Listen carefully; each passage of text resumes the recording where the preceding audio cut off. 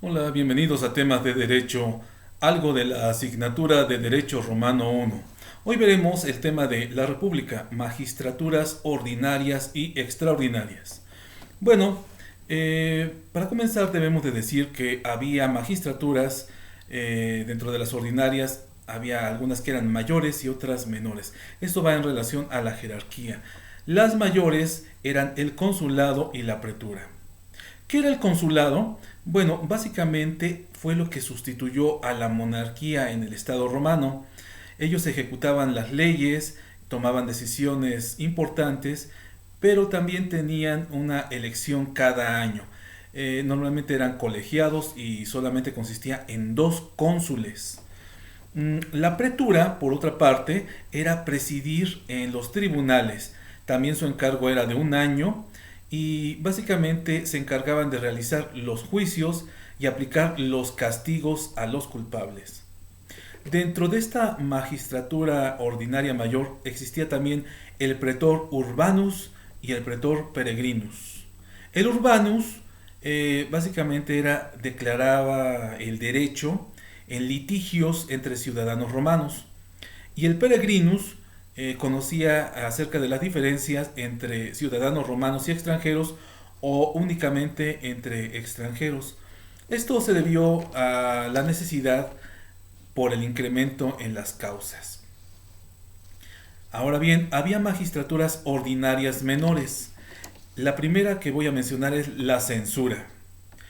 Aquí el funcionario, el magistrado, se le denominaba el censor. En este sí tenía un encargo de 5 años y al final de su encargo realizaba un ritual de purificación con varios sacrificios. A dicho ritual se le llamaba lustro. De ahí viene, cada 5 años hacía el ritual de lustración, era el lustro. Bueno, sus competencias consistían en revisar la lista de ciudadanos, la del Senado, y decidir qué obras públicas iban a ser costeadas por la República en los siguientes 5 años. Ahora pasemos a otra magistratura ordinaria menor, que era la edilidad.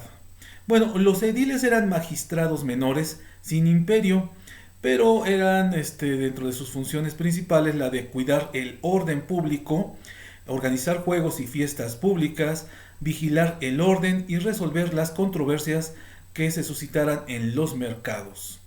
Básicamente consistía en administrar las ciudades romanas, es lo que hacían los ediles. Por otra parte, existía otra magistratura menor que era la cuestura.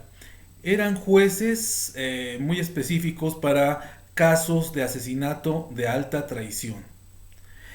También eran nombrados solamente para cada caso y no consistía en una magistratura permanente en consecuencia. Ya desde el tiempo de los reyes existían cuestores administrativos que básicamente administraban los fondos públicos. Ya en la República existían dos cuestores civiles para el tesoro público. Bueno, ahora pasemos a las magistraturas extraordinarias. Estas regían en periodos de anormalidad provocados por causas de algún tipo de guerra o que pusieran en peligro a las instituciones republicanas. La primera era la dictadura. La dictadura era cuando por este gobierno extraordinario se le confería a una sola persona, el dictador, una autoridad suprema en momentos difíciles. Hemos dicho sobre todo en caso de guerra para tomar decisiones rápidas. Era el principal objetivo. Después el decemvirato. Decemvirato viene de que eran 10 magistrados sobre todos y disponían de poder para redactar leyes. Básicamente era su principal cometido. Una vez abolido el decemvirato, permitía el regreso de los cónsules al gobierno. En este caso, solamente funcionaron durante 2 años. Otra figura que tenían era el triunvirato. Esta magistratura extraordinaria surgió cuando se aliaban entre sí tres personas. Normalmente eran de orden militar, pero se reunían para ciertos fines políticos. Ahora hablaré de los poderes de estos magistrados. Contaban básicamente con 4 poderes. La potestas, que era la capacidad de mando inherente al cargo, o sea que podían dar órdenes.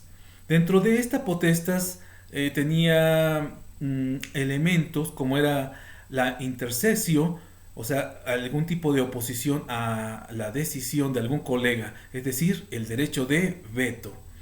También dentro de la potestas podían nombrar funcionarios y también representar a la República Romana ante un particular.